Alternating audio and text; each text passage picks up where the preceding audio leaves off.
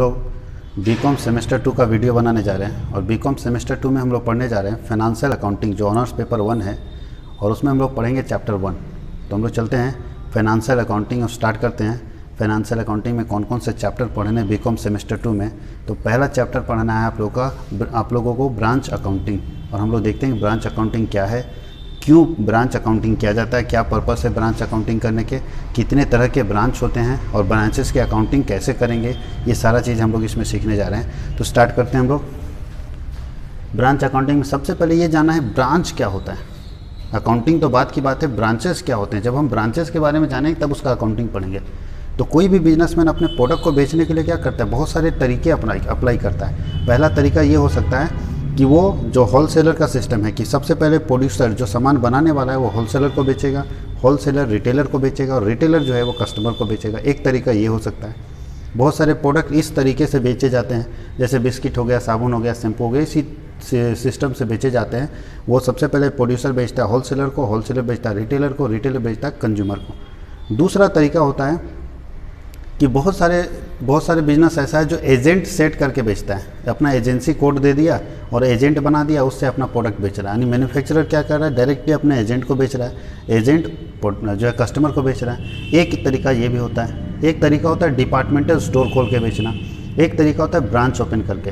तो जब किसी बिजनेस को लगता है कि हमारे कस्टमर्स बढ़ रहे हैं, हमारा एरिया बढ़ रहा है, तो वैसी स्थिति में कहीं जहाँ कस्टमर का गैदरिंग ज़्यादा लगता है वहाँ क्या करती कंपनी अपना एक ब्रांच ओपन कर देती। जैसे हमारे देश में बैंक बहुत फेमस है ब्रांच सिस्टम में। अगर बैंक को लगता है कि किसी गांव में ज़्यादा पॉपुलेशन है, ज़्यादा लोगों के पास पैसा है, डिपॉजिट अच्छा आ सकता है, विड्रॉ अच्छा हो सकता है, अच्छा पॉपुलेशन उस गाँव के अंदर है, जो पैसा जमा कर सकते हैं, ज़्यादा खाता खुल सकता है, तो बैंक क्या करती है वहाँ एक अपना ब्रांच ओपन कर देती है और ब्रांच ओपन कर देती है और वहाँ फिर लोगों को खाता खुलवाती है, वहाँ पर बिजनेस ट्रेडिंग करती है। तो ये ब्रांच सिस्टम बैंक में ज़्यादा फेमस है। वैसे बड़े बड़े शॉपिंग कॉम्प्लेक्स के आजकल ब्रांचेज हो गए, अब एजुकेशनल इंस्टीट्यूशन के भी ब्रांचेज हो गए बहुत सारा। जैसे आकाश का देखिए, आकाश का बहुत सारा ब्रांच खुल गया है। आप चाणक्य इसका देखिए, वहाँ पर बहुत सारा ब्रांच खुल गया। तो बहुत सारे एजुकेशनल इंस्टीट्यूशन भी अपना ब्रांचेज खोल के रखा हुआ है। किसी बड़ी यूनिवर्सिटी के ब्रांचेज खुल गए हैं कि हम वहाँ ब्रांच डालेंगे यहाँ पे। अगर हम अपने कॉमर्स वर्ल्ड की बात करें तो कॉमर्स वर्ल्ड को लगा कि हमारा एरिया बढ़ रहा है, हमको अपना एरिया बढ़ाना चाहिए। हमारा बहुत सारा स्टूडेंट रामगढ़ में बैठा है, हमारा बहुत सारा स्टूडेंट गिरिडीह में बैठा है जो हजारीबाग नहीं आ सकता है, तो अपना एक ब्रांच हम गिरिडीह में ओपन कर देंगे, अपना एक ब्रांच रामगढ़ में ओपन कर देंगे। तो ये ब्रांच होता है कि जब अपने सेल को बढ़ाना होता है, जब किसी बिजनेस को अपने सेल को बढ़ाना होता है तो वो उसका एक तरीका ये भी होता है कि वो ब्रांच ओपन करके अपने सेल को इंक्रीज कर सकता है। और ब्रांच अकाउंटिंग क्या होता है ये समझिए। तो ब्रांच अकाउंटिंग का मतलब है कि जब हम ब्रांच के लिए अकाउंटिंग करेंगे तो उसको ब्रांच अकाउंटिंग बोलते हैं। यहाँ देखिए क्या बात बोल रहा है, अगर इंग्लिश में पढ़े तो ब्रांच अकाउंटिंग का मतलब होता है recording of branch transaction in the books of head office is called branch accounting. Head office के बुक में ब्रांच से रिलेटेड सारे ट्रांजेक्शन्स को लिखना ब्रांच अकाउंटिंग कहलाता है। अब हेड ऑफिस क्या है, तो सिंपल है कि अगर मान लीजिए कि कॉमर्स वर्ल्ड हजारीबाग अपना एक ब्रांच ओपन करता है रामगढ़ में, तो इसका मतलब है कि रामगढ़ वाला ब्रांच होगा। अगर कॉमर्स वर्ल्ड जो रामगढ़ है वो हजारीबाग का ब्रांच होगा और हजारीबाग जो होगा मेन ऑफिस होगा, हेड ऑफिस होगा। तो हेड ऑफिस का मतलब जो मेन ऑफिस होता है, और ब्रांचेज अलग अलग होते हैं। ब्रांचेज के नाम से हम लोग जानते हैं। हम लोग रामगढ़ ब्रांच बात करेंगे, कोडरमा ब्रांच बात करेंगे, देवघर ब्रांच बात करेंगे, गिरिडीह ब्रांच बात करेंगे, लेकिन जो हेड ऑफिस है वो मेन ऑफिस होता है जो हजारीबाग में है। तो वही चीज़ यहाँ है। तो बोलता है हेड ऑफिस के बुक में जितने भी ट्रांजेक्शन्स ब्रांच से रिलेटेड लिखे जाएंगे। अब बताइए हजारीबाग जो कॉमर्स वर्ल्ड है, अगर रामगढ़ ब्रांच का सारा हिसाब किताब हजारीबाग में लिखा जाता है तो उसको हम लोग बोलते हैं branch accounting, Ramgarh branch accounting. क्योंकि एक ब्रांच से रिलेटेड जितने ट्रांजेक्शन्स होते हैं, जितने लेन देन होते हैं, अगर उसको किसी एक जगह पर लिखा जाता है हेड ऑफिस के बुक में तो वो कहलाता है ब्रांच अकाउंटिंग। हिंदी में क्या लिखा है, शाखा लेखांकन में, कि जब शाखा के लेन देनों को मुख्य कार्यालय की पुस्तकों में लिखा जाता है तो उसे शाखा लेखांकन कहते हैं, ब्रांच अकाउंटिंग कहते हैं। ये समझ गए। अब ब्रांच अकाउंटिंग का ऑब्जेक्टिव, क्यों हम अकाउंटिंग कर रहे हैं, क्या पर्पस है अकाउंटिंग करने का, वो हम लोग देखेंगे कि क्यों हम लोग अकाउंटिंग करते हैं, क्या पर्पस है। तो हम लोग देखते हैं कि ब्रांच अकाउंटिंग करते क्यों हैं, क्यों इतना मेहनत किया जाता है ब्रांच अकाउंटिंग करने के लिए। तो पहला है to find out separate profit and loss of each branch. अगर किसी बिजनेस का 10 ब्रांच है और 10 ब्रांच का एक साथ हम सारा हिसाब किताब रखेंगे तो पता ही नहीं चल पाएगा कि कौन सा ब्रांच प्रॉफिट दे रहा है, कौन सा ब्रांच लॉस दे रहा है। इसीलिए हमको हर ब्रांच का सेपरेट अकाउंटिंग करना होता है, अलग अलग हिसाब रखना होता है, ताकि हमको हर ब्रांच का अपना प्रॉफिट लॉस पता चल सके। कभी कभी ऐसा होता है कि जब सबका एक साथ आप अकाउंटिंग रखिएगा सारे ब्रांचेस का एक साथ रिकॉर्डिंग रखिएगा तो कभी कभी ऐसा होगा कि 10 ब्रांच प्रॉफिट में और एक ब्रांच लॉस में, आपको पता ही नहीं चल पाएगा, क्योंकि सबका तो आप जोड़ के लिखते हैं। लेकिन अगर सेपरेट रखेंगे हर ब्रांच का, तो आपको पता चलेगा कि कौन सा ब्रांच आपको कमा के दे रहा है, कौन सा ब्रांच आपको लॉस दे रहा है। जो लॉस देने वाला ब्रांच है उसके ऊपर काम करेंगे कि क्या रीज़न है लॉस होने का। अगर कंटिन्यू लॉस हो रहा है तो उस ब्रांच को बंद कर देते हैं, और अगर कंटिन्यू कहीं प्रॉफिट हो रहा है तो उस ब्रांच के ऊपर ज़्यादा फोकस करते हैं, उस ब्रांच को और एक्सपेंशन करते बढ़ाते हैं। तो हर ब्रांच का अपना प्रॉफिट अपना लॉस जानने के लिए हमको ब्रांच अकाउंटिंग करना होता है। Number 2, to know the financial position of each branch. हर ब्रांच का फाइनेंशियल पोजीशन हम जानना चाहते हैं। हम ये जानना चाहते हैं कि ब्रांच का क्या एसेट्स है, क्या लायबिलिटी है, क्या कैपिटल है, चाहे कोई भी ब्रांच हो। अगर हम जितने ब्रांचेज हैं हर ब्रांच का financial position, asset, liability, capital के बारे में जानकारी लेने के लिए भी हम ब्रांच अकाउंटिंग करते हैं और हर ब्रांच का अलग अलग रिकॉर्डिंग करते हैं। तीसरा है to find out need of cash and stock in branch. अगर हम अलग अलग हिसाब किताब रखेंगे हर ब्रांच का तो हमको पता चल पाएगा कि किस ब्रांच को किस समय पैसे की ज़रूरत है, किस ब्रांच को किस समय स्टॉक की ज़रूरत है। जिस समय जिसको स्टॉक की ज़रूरत है स्टॉक भेज देंगे, किसी को पैसा ज़रूरत है पैसा भेज देंगे। तो अगर अलग अलग रिकॉर्ड रखेंगे तभी पता चल पाएगा। और अगर सबका रिकॉर्डिंग एक साथ होगा तो क्या प्रॉब्लम है कि कुछ ब्रांचेज ऐसे होते हैं जो अपने स्टॉक को स्लो बेचते हैं, कुछ ब्रांचेज ऐसे होते हैं जो अपने स्टॉक को बहुत फास्ट बेचते हैं, क्योंकि उसके पास वो स्टॉक तेज़ी से निकल जाता है। तो ऐसे में अगर हम सबको एक साथ लिखेंगे तो पता ही नहीं चल पाएगा कि किस ब्रांच को कब स्टॉक का ज़रूरत है। लेकिन अगर अलग अलग रखते हैं तो हमको पता चलता है कि किस ब्रांच का स्टॉक कब ज़रूरत है, उस हिसाब से उसको स्टॉक हम भेजते चले जाते हैं। और चौथा जो पर्पस है, ऑब्जेक्टिव है, वो है to check the efficiency of branches. अगर अलग अलग रखेंगे तो हमको पता चल पाएगा कि कौन ब्रांच प्रॉफिट दे रहा है, कौन ब्रांच लॉस दे रहा है, किस ब्रांच के मैनेजर का इफ़िशिएंसी ज़्यादा है, काम अच्छे से कर सकता है, ये हम लोग फाइंड आउट कर सकते हैं। यानी कौन सा ब्रांच अच्छे से काम कर रहा है वो हम लोग फाइंड आउट करने के लिए भी ब्रांच अकाउंटिंग करते हैं। उसका ब्रांच मैनेजर की इफिशिएंसी, की ब्रांच मैनेजर काम कैसे कर रहा है उसकी इफिशिएंसी चेक करने के लिए भी हम लोग ब्रांच अकाउंटिंग करते हैं। ठीक है, इफिशिएंसी का मतलब उसी बेस पर उसका प्रमोशन और डिमोशन होगा। अगर अच्छा काम कर रहा है तो उसको रिवार्ड दिया जाएगा, खराब काम कर रहा है तो उसको डिमोशन या समझाया जाएगा कि क्या रीज़न है, क्यों आप गलत कर रहे हैं, क्यों आप लॉस में जा रहे हैं। तो उसकी इफिशिएंसी चेक करने के लिए भी हम लोग ब्रांच अकाउंटिंग करते हैं। ये पर्पस हैं, 4 ऑब्जेक्टिव हैं ब्रांच अकाउंटिंग करने के। अब हम लोग देखते हैं कि टाइप्स ऑफ ब्रांचेज, कितने तरह के ब्रांचेज होते हैं। तो आपके सामने दिया हुआ है टाइप्स ऑफ ब्रांचेज। तो ब्रांच 2 तरह का होता है, देसी ब्रांच और विदेशी ब्रांच। अब सिंपल है कि अगर किसी हेड ऑफिस के सारे ब्रांचेज एक देश की नेशनल बाउंड्री के अंदर होते हैं, अब हमारे भारत देश का एक नक्शा है, उस नक्शे के अंदर अगर आपके सारे ब्रांचेज हैं तो वो ब्रांचेज कहलाएंगे देसी ब्रांच। और अगर आपका branch outside of national boundaries, जो देश की सीमा है उससे बाहर हो, तो वो कहलाएगा विदेशी ब्रांच। और हमारे सिलेबस में विदेशी ब्रांच नहीं है, हम लोग को विदेशी ब्रांच नहीं पढ़ना है। विदेशी ब्रांच का मतलब है कि हमारी कंपनी इंडिया की है और हमारा एक ब्रांच चाइना में, हमारा एक ब्रांच रसिया में, हमारा एक ब्रांच अमेरिका में है। तो वैसे में जहाँ हमारा नेशनल बाउंड्री, जो आप भारत का नक्शा देखते हैं, उससे बाहर अगर कोई ब्रांचेज हैं तो वो विदेशी ब्रांच कहलाएगा, और सारे ब्रांचेस उसके अंदर हैं तो वो कहलाएगा देसी ब्रांच। यानी अपने देश की सीमा के अंदर जो ब्रांचेज होते हैं, जो शाखाएँ खोली जाती है, उस शाखा को देसी शाखा बोलते हैं। और हम लोग को यही पढ़ना है, ये नहीं पढ़ना है। अब देसी शाखा 2 तरह के, डिपेंडेंट ब्रांचेज और इंडिपेंडेंट ब्रांचेज। अब इसके बारे में समझिए, बहुत इंपॉर्टेंट चीज़ है और तभी आप अकाउंटिंग सीख पाइएगा। आश्रित शाखा क्या होता है? Dependent branches.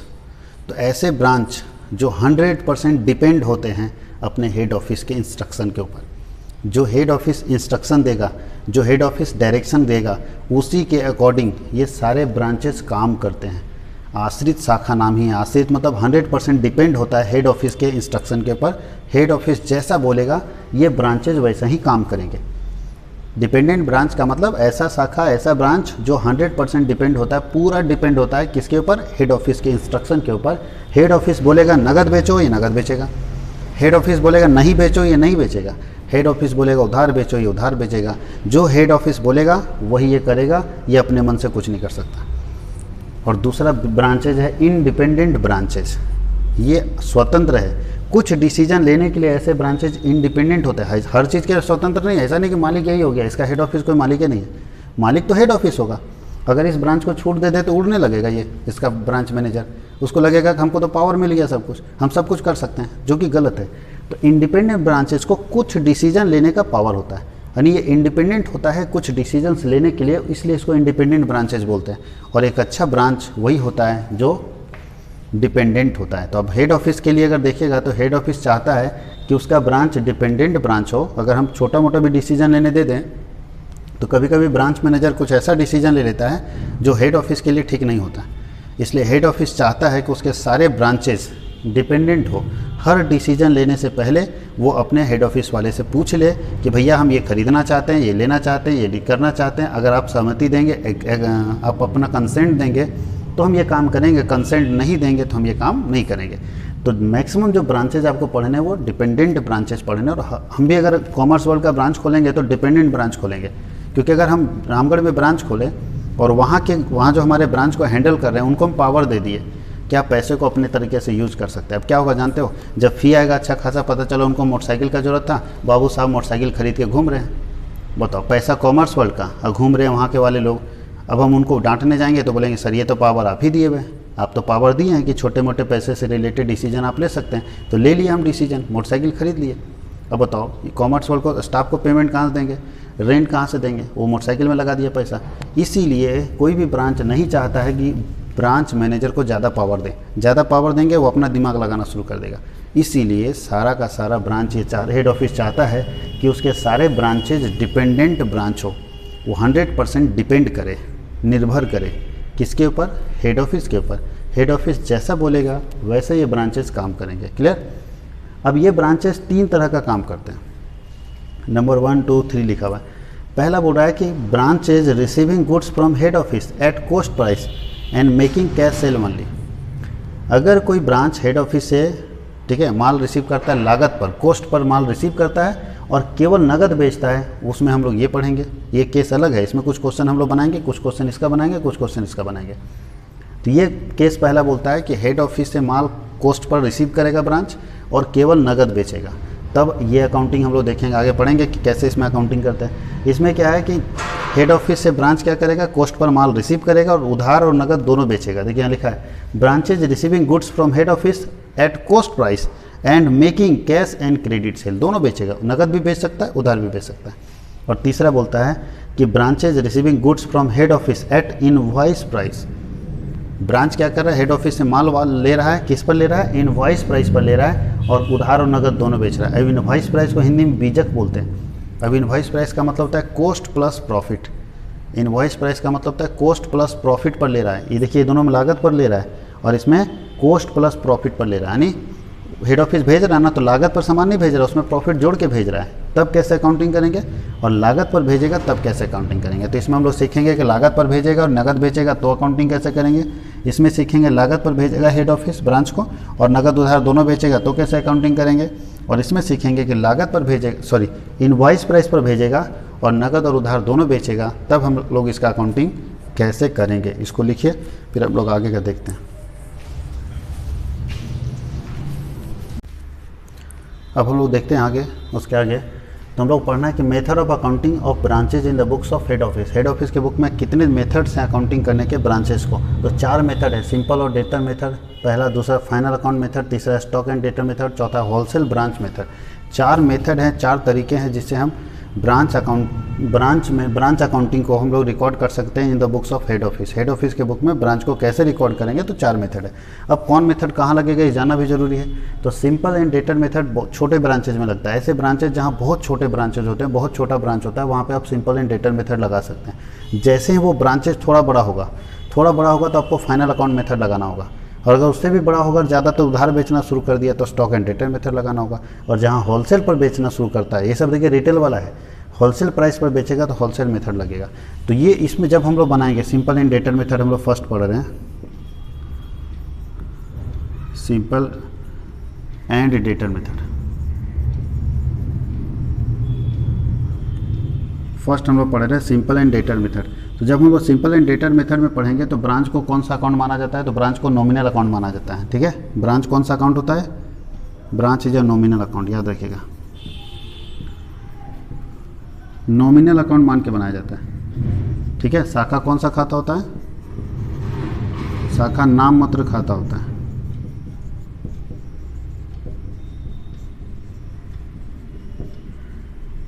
अब हम लोग देखेंगे कि इसमें बुक्स ऑफ अकाउंट्स क्या होगा। तो हम लोग सिंपल और एंड डेटर मेथड में देख रहे हैं, तो अकाउंटिंग कैसे करेंगे, तो हम लोग देख रहे हैं दूसरा अकाउंटिंग। पहला था ब्रांच नॉमिनल अकाउंट है, दूसरा अकाउंटिंग। देखिए अकाउंटिंग ट्रीटमेंट लेखांकन व्यवहार क्या होगा, कैसे लेखांकन करेंगे। तो अकाउंटिंग ट्रीटमेंट में दो पार्टी होता है इसमें। एक पार्टी होता है हेड ऑफिस, तो हम लोग लिखते हैं accounting in the books of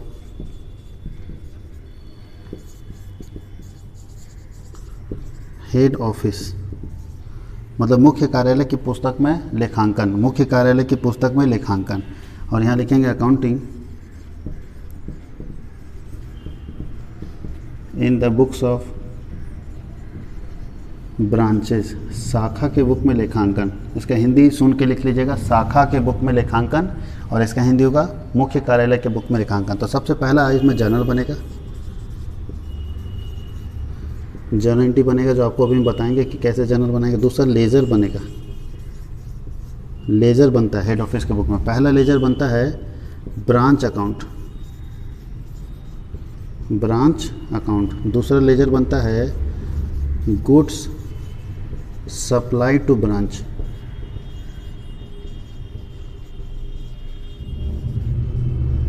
तीसरा लेजर बनता है branch debtor account.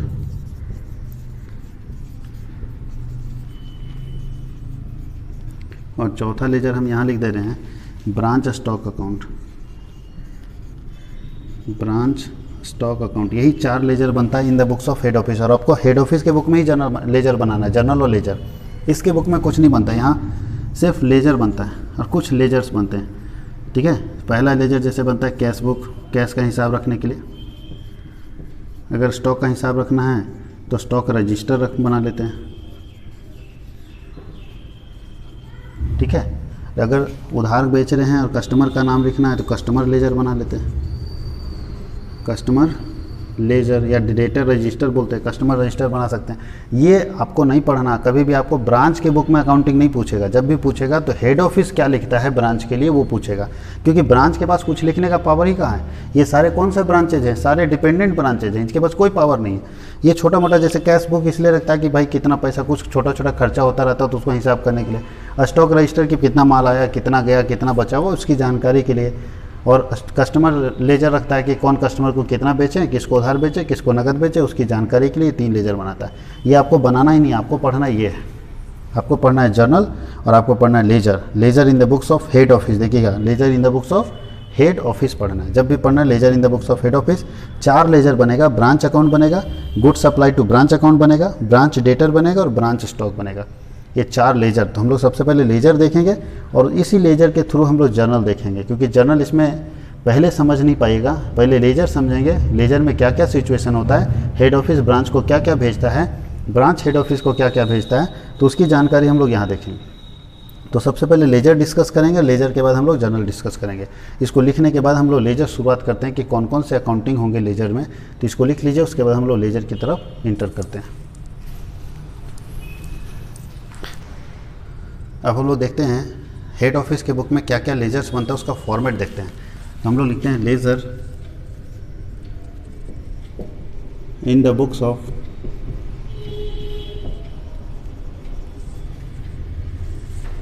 Head office. Head office की बुक में कौन कौन से लेजर बनेंगे, तो सबसे पहला लेजर हम लोग बताएं अभी ब्रांच अकाउंट। और ब्रांच अकाउंट में कैसे कैसे क्या बनेगा वो चीज़ ध्यान देते हैं हम लोग।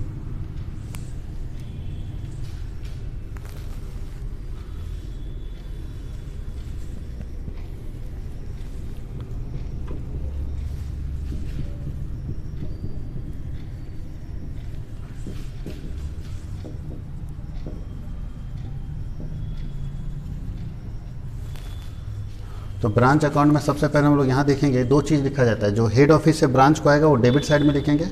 फिर से सुनिए, जो हेड ऑफिस से ब्रांच को आएगा, हेड ऑफिस ब्रांच को भेजेगा वो इधर लिखेंगे, और जो ब्रांच हेड ऑफिस को भेजेगा वो इधर लिखेंगे।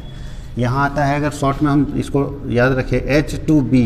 H2B मतलब हेड ऑफिस टू ब्रांच, इसको आप लिखते हैं B2H मतलब branch to head office. Branch जो हेड ऑफिस को भेजेगा इधर लिखेंगे, हेड ऑफिस जो ब्रांच को भेजेगा इधर लिखेंगे। दोनों को रिकॉर्ड करते हैं। क्या क्या लिखा जाता है, 3 आइटम सिर्फ डेबिट साइड लिखा जाता है और 3 आइटम लगभग इधर लिखा जाता है। तो सबसे पहले लिखेंगे ओपनिंग बैलेंस,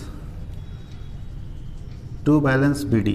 ओपनिंग बैलेंस जो आपके पास होगा उसको रिकॉर्ड करेंगे। तो क्या क्या ओपनिंग बैलेंस हो सकता है? स्टॉक का बैलेंस हो सकता है आपके पास ओपनिंग में, डेटर्स का ओपनिंग बैलेंस हो सकता है, पेटी कैश का ओपनिंग बैलेंस हो सकता है, और अगर कोई एसेट्स आपके पास है तो उसका ओपनिंग बैलेंस हो सकता है।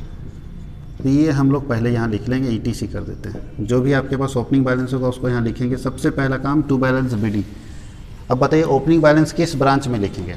अगर कोई ब्रांच जो पहले से चल रहा है, पुराना ब्रांच है, तो मान लीजिए पिछले साल जब हम हिसाब किताब इसका बंद किए होंगे तो पिछले साल के क्लोजिंग में कुछ तो बचा होगा। जो पिछले साल के क्लोजिंग में बचा होगा उसको ही इस साल के ओपनिंग में दिखा देंगे टू बैलेंस बीडी के नाम पर। अगर पुराना ब्रांच है तभी बीडी दिखेगा। अगर कोई ब्रांच पहली बार खोला गया, इसी साल खोला गया है, तो उसका बीडी नहीं दिखेगा, क्योंकि इस साल अगर कोई ब्रांच ओपन किए तो नया ब्रांच है, और नया ब्रांच अगर कोई है हमारे पास तो उसमें बीडी कहाँ से मिलेगा?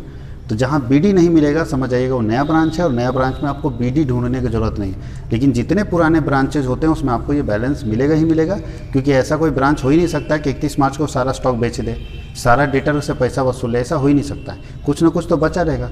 तो अगर कोई क्लोजिंग बैलेंस बचा है तो उसको इस साल के ओपनिंग में लिखेंगे, वो हम लोग ब्रांच में ओपनिंग बैलेंस करके लिखेंगे। सबसे पहले टू बैलेंस बीडी, और अगर कुछ क्लोजिंग बचा है तो उसको यहाँ लिखेंगे बाय बैलेंस सीडी। क्या क्या बच सकता है सीडी में? स्टॉक बच सकता है, जो ऊपर बीडी था वो सीडी भी बच सकता है, स्टॉक बच सकता है, डेटर में बैलेंस बच सकता है, पेटी कैश बच सकता है, और कोई एसेट्स अगर आपके पास है तो वो बच सकता है। ईटीसी कर देते हैं, और मेरे ख्याल से इससे ज़्यादा कुछ नहीं क्लोजिंग बचेगा। ये हो गया ओपनिंग बैलेंस, क्लोजिंग बैलेंस। सबसे पहले पिछले साल का जो बचा है उसको यहाँ लिखेंगे, और इस साल का जो बचा है उसको यहाँ लिखेंगे। इसके अलावा यहाँ एक चीज़ और लिखेंगे, जो हेड ऑफिस माल भेज रहा है उसको बहुत सारे नाम से लिखते हैं। तो goods supplied from head office, मतलब हेड ऑफिस से कितना माल आया, ठीक है, ब्रांच को। या इसका एक और नाम है, और करके लिख रहे हैं, इसके जगह पे आप लिख सकते हैं goods send to branch. Head office क्या बोलता है कि ब्रांच को हम माल भेज रहे हैं, बात एक ही है, दोनों बात एक ही है। Goods supplied from head office, head office से कितना सप्लाई हो रहा है वो, या goods send to branch, branch को कितना भेज रहे हैं वो, दोनों एक ही बात है। ये बोलता है ब्रांच बोलेगा कि हेड ऑफिस से माल आया, और हेड ऑफिस बोलेगा कि ब्रांच को माल भेजे, दोनों चीज़ एक ही है। तो पहला चीज़ ये हो गया ओपनिंग बैलेंस, दूसरा होता है गुड्स सप्लाइड, तीसरा होता है खर्च टू कैश, यानी ब्रैकेट में लिखते हैं एक्सपेंसेज। खर्च, जितने तरह का खर्च होता है, जैसे सैलरी का खर्च होगा, सारा खर्च हेड ऑफिस भेजता है। रेंट का खर्च होगा, वेजेज का खर्च होगा, ईटीसी कर देते हैं। जितने तरह के खर्चे ब्रांच में होते हैं सारा खर्चा हेड ऑफिस भेजेगा। बस ये तीन ही काम इधर होगा। फिर से अगर हम सही से इसको पढ़ेंगे तो देखिए बहुत आसान होगा याद करना कि सबसे पहले ओपनिंग बैलेंस लिखेंगे, जो माल हेड ऑफिस भेजा है ब्रांच को वो लिखेंगे, और जो खर्चा हेड ऑफिस भेजता है ब्रांच को वो लिखेंगे। तीन आइटम लिखेंगे। पहला आइटम ओपनिंग स्टॉक, जो भी बचा है स्टॉक में वो लिखेंगे। हेड ऑफिस जो माल भेज रहा है वो लिखेंगे। हेड ऑफिस जो खर्चा भेज रहा है वो लिखेंगे। ये हमेशा भेजेगा, क्योंकि कौन सा ब्रांच का हम लोग पढ़ रहे हैं, ये ब्रांच है डिपेंडेंट ब्रांच, है ना। अभी हम लोग पीछे देखे कि डिपेंडेंट ब्रांच में क्या था कि सारा काम के लिए डिपेंड होता था हेड ऑफिस के ऊपर। तो बताइए हेड ऑफिस इसको सारा खर्चा भेजेगा। ब्रांच इतना तक हिम्मत नहीं इस ब्रांच मैनेजर को कि ये सैलरी का पैसा, जो स्टाफ इसके यहाँ काम कर रहा है उसका सैलरी का पैसा खुद से पेमेंट कर दे। उसके लिए भी किस पर डिपेंड रहना होता है, हेड ऑफिस के ऊपर डिपेंड रहना होता है। हेड ऑफिस पर डिपेंड रहना होता है इस काम के लिए भी, इसीलिए सारा खर्चा हेड ऑफिस भेजता है। तो तीन चीज़ फिर से बोलते हैं। सबसे पहले opening stock, good supplied from branch या good supplied from head office, और तीसरा एक खर्चा भेजेगा head office. Head office opening stock होगा, माल भेजेगा, खर्चा भेजेगा। अब ब्रांच क्या भेजेगा हेड ऑफिस को, ब्रांच क्या भेजेगा हेड ऑफिस को वो देखिए। तो ब्रांच पैसा भेजेगा, और क्या है, cash send to head office, पैसा भेजेगा। तो हेड ऑफिस को पैसा कहाँ से ला के भेजेगा, ब्रांच। तो देखिए दो ही जगह से ब्रांच के पास पैसा आता है। कैश सेल्स, अगर नगद बेचे वहाँ से पैसा आएगा, और दूसरा receive from debtor, receive from debtor. ध्यान दीजिएगा, एक ब्रांच के पास दो ही जगह से पैसा आता है, या तो नगद बेचा वो पैसा, और या तो कभी उधार बेचे होंगे उससे पैसा वसूलेंगे, ये पैसा दोनों जोड़ के भेज देगा। अगर ब्रांच के पास कोई माल ऐसा आ गया है जो कि वापस करना है हेड ऑफिस को, ब्रांच के पास गलत माल आ गया, किसी हेड ऑफिस को वापस कर देना उस माल को, तो उसको हम लोग यहाँ दिखाते हैं by return to head office. Return to, अगर कोई माल गलती से उल्टा आ गया उसको हेड ऑफिस को वापस करना है तो क्रेडिट साइड में दिखाएंगे। क्लियर? इसके अलावा कुछ भी नहीं दिखाते, बस हो गया, यही हम लोग को दिखाना है। डेबिट साइड में 3 आइटम, क्रेडिट साइड में 3 आइटम। लेकिन एक चीज़ हम और आपको ऐड कर दें, फॉर्मेट में नहीं दिया हुआ है, ऐड कर देते हैं। अगर कभी 2 ब्रांच के बीच में आपस में ट्रांजेक्शन्स होगा, एक ब्रांच से दूसरे ब्रांच में, जैसे मान लीजिए हजारीबाग में विशाल मेगा मार्ट है और विशाल मेगा मार्ट के ब्रांच में शॉर्ट कर गया कोई स्टॉक, कोई माल कम पड़ गया। अब विशाल मेगा मार्ट दिल्ली को फ़ोन किया कि भैया माल हमारा शॉर्ट कर गया, हमको कल चाहिए इमीडिएटली।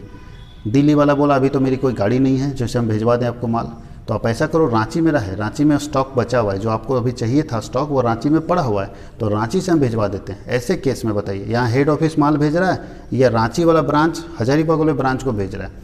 तो जब रांची ब्रांच हजारीबाग ब्रांच को भेज रहा है तो यहाँ जो लेन देन हो रहा है वो 2 ब्रांच के बीच में आपस में हो रहा है। रांची ब्रांच भेजने वाला, हजारीबाग ब्रांच रिसीव करने वाला। तो जब 2 ब्रांच के बीच में आपस में लेन देन होता है तो इसको बोलते हैं inter branch transaction. Inter branch transaction. तो इंटर ब्रांच ट्रांजेक्शन कभी अगर आएगा तो उसको लिखेंगे कैसे? तो ध्यान दीजिएगा, जो ब्रांच माल रिसीव करेगा, जो ब्रांच माल रिसीव करेगा वो डेबिट साइड लिखेगा और जो ब्रांच माल देगा वो क्रेडिट साइड लिखेगा। किस नाम से लिखेगा? तो यहाँ लिख देते हैं। जब रिसीव करेगा तो लिखेगा टू ट्रांसफ़र फ्रॉम, कहाँ से आ रहा है? Other branch. अदर में नाम लिख देगा, रांची है तो रांची ब्रांच, ठीक है। और यहाँ लिखेगा by transfer to other branch. अगर इंटर ट्रांसफ़र हो रहा है तो, बाकी इसमें कुछ नहीं करना है, टोटल लगा दीजिए इसका।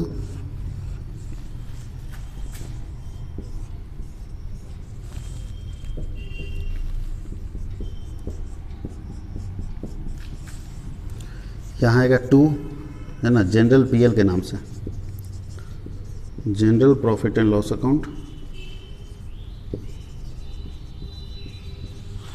और इधर आएगा बाई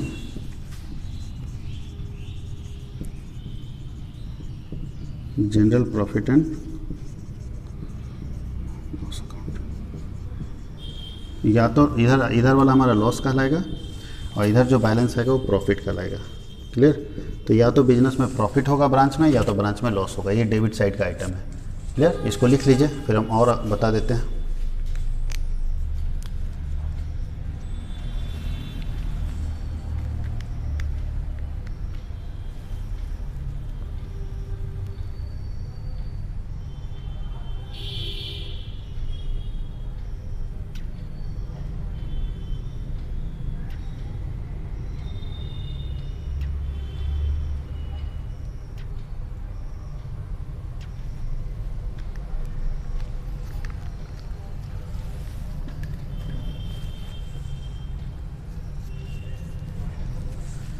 अब हम लोग जो दूसरा लेजर बनाएंगे इसमें, वो लेजर होगा branch goods send to branch account.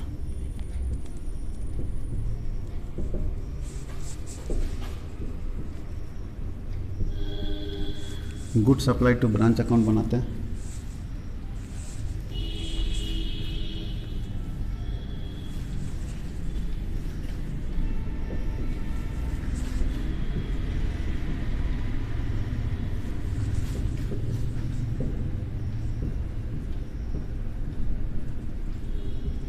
अब देखिए, good supply to branch account जो होता है ना, वो इसी से शिफ्ट होगा, इस लेजर से ही शिफ्ट होगा। तो इस लेजर में देखिए गुड सप्लाइड यहाँ पे दिया हुआ है, और हम लोग जानते हैं कि एक लेजर में अगर डेबिट साइड है तो दूसरे लेजर में क्रेडिट साइड जाएगा। तो ये जो 2 वाला है ना, वो बाई साइड में शिफ्ट होगा, उल्टा यहाँ से क्रॉस चलता है, एक लेजर तो दूसरे लेजर में क्रॉस चलता है, तो यहाँ 2 में लिखा है तो बाई में जाएगा। किसके नाम पर जाएगा? ब्रांच के नाम पर। तो सबसे पहले यहाँ लिखेंगे बाई ब्रांच अकाउंट।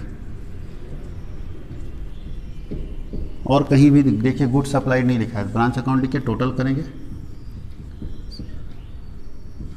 इसको उठाकर यहाँ लाइए, वो बैलेंस यहाँ आएगा और इस बैलेंस को ट्रेडिंग में ट्रांसफ़र कर देते हैं to trading account. Trading account, ये बैलेंस जो आएगा उसको ट्रांसफ़र कर देंगे ट्रेडिंग में। मतलब समझ में आया सबको?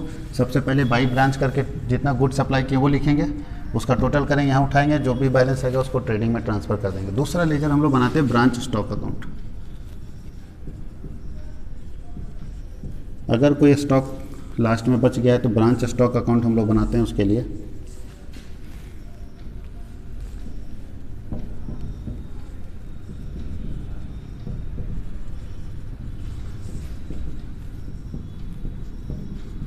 देखिए स्टॉक को यहाँ कहाँ है, स्टॉक का मतलब होता है क्लोजिंग स्टॉक, याद रखिएगा। स्टॉक का मतलब होता है क्लोजिंग स्टॉक, ओपनिंग स्टॉक का कभी कोई लेजर नहीं बनता है। लेजर जब भी बनेगा क्लोजिंग स्टॉक का बनेगा। तो देखिए क्लोजिंग स्टॉक यहाँ है, तो बाई वाला 2 में जाएगा, 2 साइड में इधर जाएगा, किसके नाम पर जाएगा, किस लेजर से भेज रहे हैं इसको, ब्रांच अकाउंट के नाम पर जाएगा। और देखिए स्टॉक क्लोजिंग ये है, ओपनिंग स्टॉक वो हम उसका लेजर कभी नहीं बनाएंगे, क्लोजिंग स्टॉक का बनाएंगे। तो क्लोजिंग वाला बाई में है तो जाएगा 2 साइड में, किसके नाम पर, ब्रांच के नाम पर। तो यहाँ ब्रांच के नाम पर लिखेंगे, टोटल कीजिए, सिर्फ एक ही एंट्री इसमें जाएगा, दूसरा कोई पोस्टिंग नहीं जाएगा, सिर्फ एक पोस्टिंग। टोटल ब्रांच का लिख दिए, 2 ब्रांच करके लिखेंगे स्टॉक को, टोटल करेंगे, क्लोजिंग स्टॉक जो बचा है यहाँ निकालेंगे, और जो बचा रहेगा उसको CD कर देंगे। स्टॉक है तो by balance CD, by balance CD, ये हो गया ब्रांच स्टॉक। और जो सबसे लास्ट लेजर बनेगा उसका नाम है branch debtor account. Branch debtor account, branch debtor 3 चीज़ निकालने के लिए बनाते हैं हम लोग, अभी इंडिकेट कर देने क्या क्या कैलकुलेट करने के लिए ब्रांच डेटर हम लोग बनाएंगे।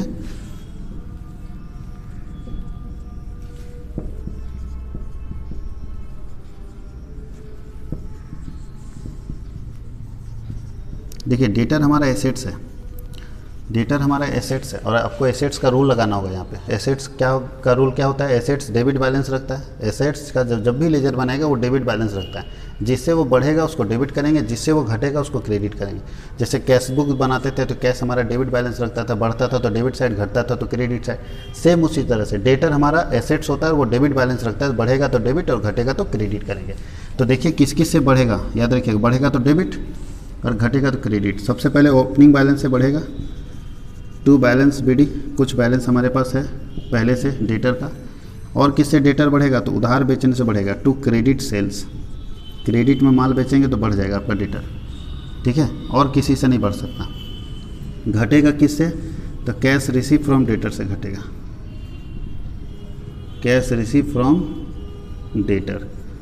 डेटर से अगर पैसा मिल रहा है तो उसके कारण घटेगा। और कब घटेगा, तो सेल्स रिटर्न से घटेगा, माल वापस कर रहे हैं तो डेटर आपका घट जाएगा, सेल्स रिटर्न यहाँ जाएगा।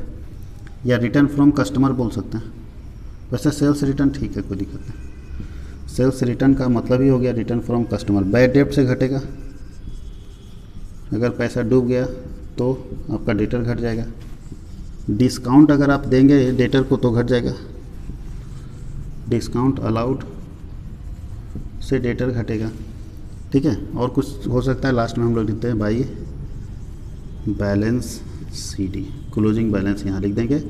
ये डेटर अकाउंट का फॉर्मेट है। अब आप ध्यान दीजिए डेटर अकाउंट बनाएंगे कब, ये तो आपको बनाना पड़ेगा, ये आपको बनाना पड़ेगा, ये तो हर क्वेश्चन में बनाना, ब्रांच हर क्वेश्चन बनाना, ये तीनों ये तब बनाएंगे जब 3 चीज़ मिसिंग होगा। डेटर अकाउंट बनाते हैं 3 चीज़ गायब होगा, हम देखिए तीनों को यहाँ राउंड कर रहे हैं। अगर आपको ओपनिंग बैलेंस, ओपनिंग डेटा निकालना हो, क्लोजिंग डेटा निकालना हो, या कैश रिसीव्ड फ्रॉम डेटर, ये तीनों में से अगर कोई एक भी गायब है तो आपको बनाना पड़ेगा। और अगर तीनों दिया है तो फिर बनाने का कोई ज़रूरत नहीं है। तो यहाँ ध्यान दीजिएगा कि आप जब क्वेश्चन बनाइएगा तो उस क्वेश्चन में ये क्या है, ओपनिंग डेटर, ये क्लोजिंग डेटर और कैश रिसीव फ्रॉम डेटर, अगर तीनों दे दिया है तो वहाँ डेटर अकाउंट बनाने का कोई मतलब नहीं है। लेकिन अगर नहीं दिया है तीनों में से, मान ली ये और ये दे दिया, ये नहीं दिया, तो बनाना पड़ेगा आपको। ये और ये दे दिया, ये नहीं दिया, तो भी बनाना पड़ेगा। यानी एक अगर बैलेंस नहीं दिया है तो आपको बनाना पड़ेगा, क्योंकि लेजर बनाने समय डेटर का तीनों चीज़ चाहिए। देखिए कहाँ कहाँ चाहिए, ओपनिंग डेटर यहाँ मिलेगा आपको, क्लोजिंग डेटर जो वहाँ लिखे हैं यहाँ नजर आएगा, और कैश रिसीव फ्रॉम डेटर देखिए यहाँ पे है। तो ये 3 चीज़ अगर हमको नहीं मिलेगा तो क्वेश्चन बना ही नहीं पाएंगे। इसलिए वो तीनों चीज़ ढूंढना है। अगर तीनों दिया हुआ किसी क्वेश्चन में तो वहाँ डेटर बनाने का कोई मतलब नहीं है। और अगर तीनों में से एक गायब, 2 तो दिया रहेगा, एक गायब रहेगा, तो आप इसको बना के पहले वो कैलकुलेट कर लेंगे साइड में, उसके बाद यहाँ पोस्टिंग करके तब हम लोग लेजर बनाएंगे। क्लियर। कुछ ऐसे आइटम भी होते हैं जो ब्रांच अकाउंट में नहीं लिखे जाते हैं। इस फॉर्मेट को लिख लीजिए, उसके बाद हम आपको बताएंगे कुछ ऐसे आइटम का नाम लिखेंगे जो कभी भी ब्रांच अकाउंट में नहीं लिखा जाता है। वो सारे आइटम देखिए, ये सारे क्रेडिट सेल देखिए ब्रांच में कहीं भी नहीं लिखेंगे, कभी मत लिखिएगा, ब्रांच में कभी नहीं लिखा जाता है क्रेडिट सेल को। सेल्स रिटर्न कहीं नहीं लिखा हुआ है, यहाँ रिटर्न है लेकिन सेल्स रिटर्न नहीं है, वो रिटर्न टू हेड ऑफिस है। बैड डेप्ट कभी नहीं लिखा जाएगा, डिस्काउंट अलाउड कभी नहीं लिखा जाता। तो अभी हम लोग लिखने वाले हैं कि कौन कौन से ऐसे आइटम है जिसको किसी भी हालत में ब्रांच में नहीं लिखेंगे, उसको ब्रांच डेटर में स्पेशली लिखते हैं, ब्रांच अकाउंट में नहीं लिखते हैं। इसको लिख लीजिए, फिर उस नोट को भी हम लोग लिख लेते हैं कि कौन कौन सा लिखेंगे।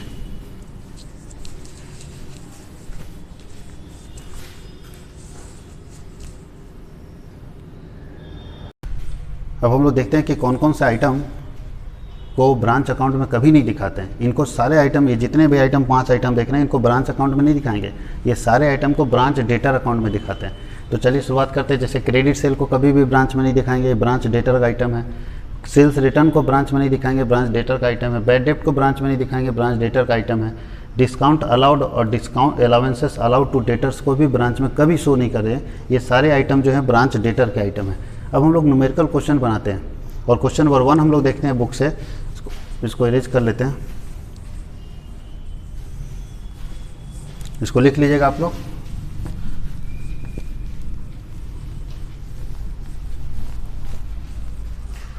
हम लोग क्वेश्चन नंबर 1 बनाते हैं और देखिए क्वेश्चन आपके स्क्रीन पे दिखेगा। क्वेश्चन नंबर 1 हम लोग बनाते हैं। क्वेश्चन नंबर 1 में बोलता है prepare branch account in the books of head office. तो चलिए हम लोग सबसे पहले लिखते हैं लेजर, सिर्फ लेजर बनाना है। इन the books of head office, head office के बुक में आपको लेजर बनाना है और सिर्फ ब्रांच अकाउंट बनाने बोला है क्वेश्चन नंबर 1 का ए में। क्वेश्चन नंबर 1 का ए है, आपके स्क्रीन पे दिखेगा क्वेश्चन और उसी के आधार पर आप इसको तैयार कीजिए। ब्रांच अकाउंट का जो फॉर्मेट है उसको लिखते हैं।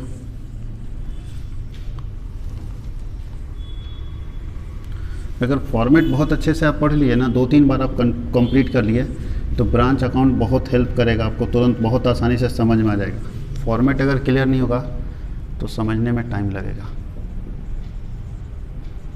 चलिए हम लोग एस के सिंह के बुक से पढ़ रहे हैं। देखिए एस के सिंह के बुक से क्वेश्चन नंबर 1 का ए देख रहे हैं और 1 का ए में क्वेश्चन में सबसे ऊपर में लिखा है गुड्स सेंड टू ब्रांच। तो गुड्स सेंड टू ब्रांच नीचे ना लिखते हैं, तो लिखे to goods send to branch. जैसे जैसे लिखा हुआ है हम लोग उसी तरह से लिखते चले जाएंगे, बनता जाएगा 5 लाख रुपया। उसके नीचे लिखा है cash send to branch for following expenses. तो to cash for expenses, expenses के लिए भेजा गया है। क्या क्या है, तो रेंट भेजा गया है 2500, वेजेज है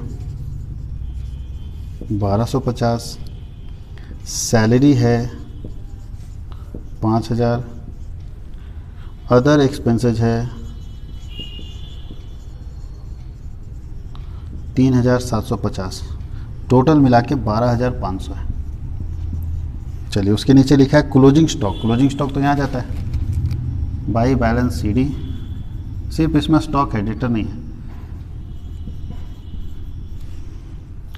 इसलिए डेटर नहीं है क्योंकि हम लोग जो बना रहे हैं क्वेश्चन, वो याद कीजिए, अगर हम लोग पीछे भी क्लासेस में पढ़े कि डिपेंडेंट ब्रांच में 3 तरह से अकाउंटिंग होता है। पहला अकाउंटिंग जो हम लोग देख रहे थे डिपेंडेंट ब्रांच का, कि branch receive goods from coast price, sorry from head office, है ना, एट कोस्ट प्राइस। मतलब एक ब्रांच क्या कर रहा है, हेड ऑफिस से माल रिसीव कर रहा है कोस्ट प्राइस पर, and making cash cell only, और केवल नगद बेचता है। वही चीज़ ये है, लागत मूल्य पर हेड ऑफिस से ब्रांच माल वसूल कर ले रहा है और सिर्फ नगद बेच रहा है। तो जब नगद बेचेंगे तो डेटर का सवाल कहाँ से आ जाएगा? डेटर तो तब ना आएगा जब हम उधार बेचेंगे, इसलिए कि यहाँ केवल नगद बेचे, तो डेटर नहीं है हमारे पास।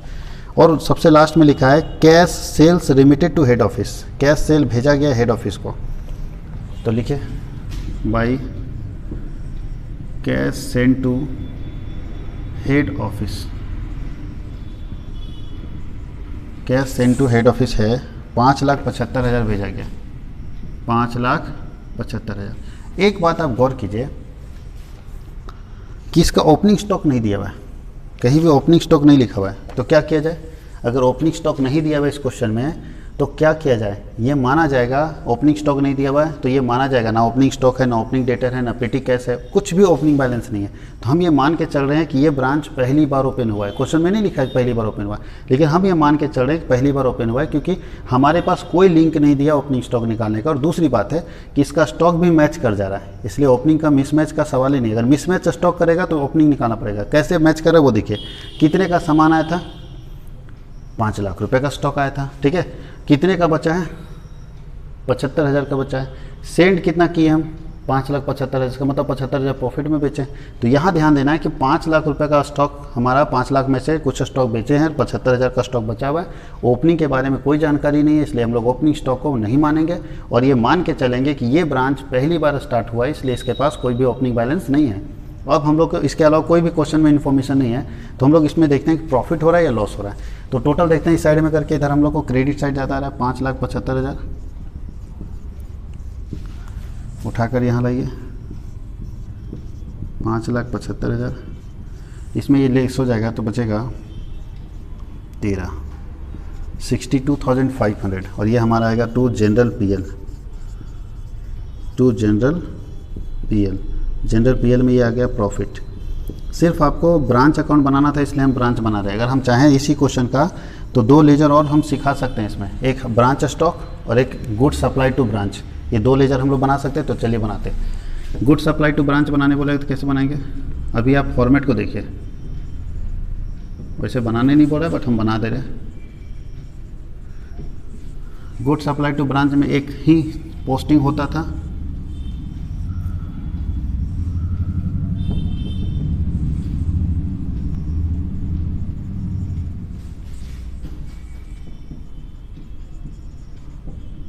आपको हम बताया गुड सप्लाई टू ब्रांच। यहाँ देखिए डेबिट में है, अगर दूसरे लेजर में एक लेजर से जाता है तो क्रॉस जाएगा, तो ये 2 वाला जाएगा बाई साइड में पोस्टिंग। किस लेजर से भेज रहे हैं इसको, ब्रांच से, तो लिखिए बाई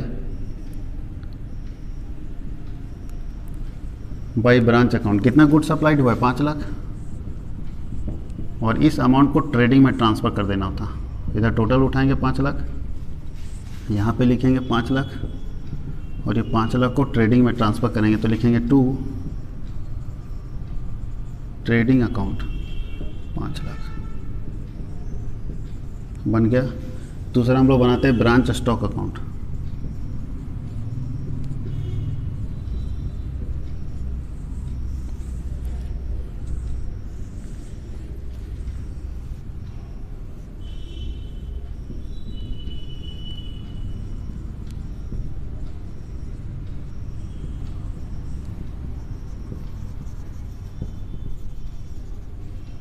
तो ब्रांच स्टॉक देखिए यहाँ पे है क्रेडिट साइड में, तो बाई वाला 2 में जाएगा, पोस्टिंग करेंगे तो 2 लिखिए। किस नाम से, तो मेन लेजर के नाम से, मेन लेजर है ब्रांच अकाउंट।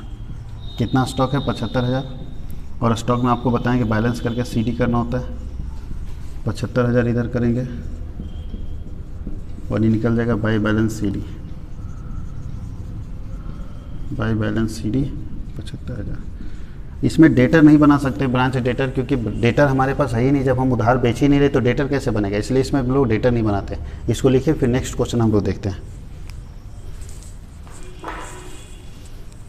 अब हम लोग क्वेश्चन नंबर 1 का बी बनाते हैं और देखते हैं 1 का बी, और ये 1 का बी क्वेश्चन आपके स्क्रीन पे दिखेगा और हम लोग उस क्वेश्चन को बनाने वाले हैं। 1 का बी देखते हैं क्या क्या, सेम ब्रांच अकाउंट बनाना है और सेम पोस्टिंग आपको करना है, कहीं कोई दिक्कत नहीं है। इसका इलस्ट्रेशंस अगर आपके पास बुक है तो इलस्ट्रेशंस भी बनाइए। फर्स्ट क्वेश्चन में लिखा है यहाँ ओपनिंग स्टॉक, तो ओपनिंग स्टॉक हम लोग लिखते हैं टू बैलेंस। ये भी देखिए, ये भी कैश सेल ब्रांच बना रहे हैं, यहाँ डेटा वगैरह नहीं आएगा, सिर्फ कैश सेल हो रहा है तो कैश ही आएगा। तो टू बैलेंस बीडी, स्टॉक आपके पास ओपनिंग दिया हुआ है, आपके स्क्रीन पर दिख रहा है क्वेश्चन देखिए 9,600। गुड सप्लाइड दिया हुआ है, to good supplied, good supplied कर रहे हैं 96,000 का। उसके बाद लिखा है कैश सेंड फॉर ब्रांच, तो लिखिए to cash send for expenses. कितना पैसा भेज रहे हैं एक्सपेंसेस के लिए, तो क्या क्या भेज रहे हैं, सैलरी के लिए भेज रहे हैं, लिख लीजिए सैलरी 4,800, रेंट के लिए भेज रहे हैं 2,160, अदर एक्सपेंसेस के लिए भेज रहे हैं 280। टोटल मिला के जो पैसा भेजा रहा है 7,240 रुपये खर्च के लिए भेजा जा रहा है। कैश सेल्स दिया हुआ, आपको मालूम है कि कैश सेल्स को हम लोग यहाँ लिखते हैं cash sent to head office, और इसके अंदर आता है कैश सेल्स। कैश सेल्स जो होता है वो भेजते हैं, कितने का कैश सेल हुआ, 1,10,000 को जो हम लोग भेज दिए हेड ऑफिस को। उसके नीचे है क्लोजिंग बैलेंस, तो लिखिए बाई बैलेंस सीडी। स्टॉक हमारे पास दिया हुआ है, कुछ स्टॉक बच गया है हमारा बिकने से, 30,000 का स्टॉक बिक गया, और कुछ पेटी कैश बिका है, बचा है। पेटी कैश का मतलब माल बेचने के बाद कुछ पैसा भेजे और कुछ रखे थे खर्चा के लिए, उसमें 40 रुपये बच गया। इसके अलावा और कोई पोस्टिंग नहीं, डेटर वगैरह जाएगा नहीं। अब इसमें 2 लेजर चाहें तो और बना सकते हैं, जैसे स्टॉक का बना सकते हैं आप क्लोजिंग स्टॉक और गुड सप्लाई टू ब्रांच का, यहाँ गुड सप्लाई टू ब्रांच कर दीजिए। तो आप इसका लेजर बना लीजिएगा, क्योंकि अभी हम लोग देख चुके हैं कैसे लेजर बनता है, सिंपल लेजर है, वो बना लीजिएगा। अब हम लोग इसका टोटल करेंगे, प्रॉफिट आ जाएगा। टोटल ये आ रहा है 1,40,040, 1,40,040। इसमें ये लेस कर दीजिए 0, 4, 0, 6, 2, 8, 8 और 2 10 के जो हाथ में 1, 7 1 8, 8 और 6 14 9, 23 और 7 30, 9 3 12 तो 14, 27,200। ये आ गया आपका जनरल पीएल, ये आ गया प्रॉफिट। बाकी इसमें आप चाहें तो 2 लेजर और बना सकते हैं, जो आपको हम बता दिए, branch stock and good supply to branch का ये लेजर बनाइए। इसके बाद का जो हम लोग क्वेश्चन देखेंगे वो नेक्स्ट वीडियो जब हम लोग देखेंगे, क्वेश्चन नंबर 2 से हम लोग स्टार्ट करेंगे और 4-5 क्वेश्चन एक वीडियो में देखेंगे। और मैं उम्मीद करता हूँ कि आप लोग ज़रूर पढ़िए इसको और बढ़िया से देखिए इसको, बार बार देखिए। वीडियो बनाया ही इसलिए जा रहा है कि आप रिपीट करते रहिए, क्योंकि क्लास में क्या होता है कि एक बार पढ़े सुने भूल गए, वीडियोज़ में अगर आप भूल जाते हैं तुरंत जाके वीडियोज़ देखिए और अच्छे से पढ़िए। थैंक यू, फिर हम लोग नेक्स्ट में मिलते हैं।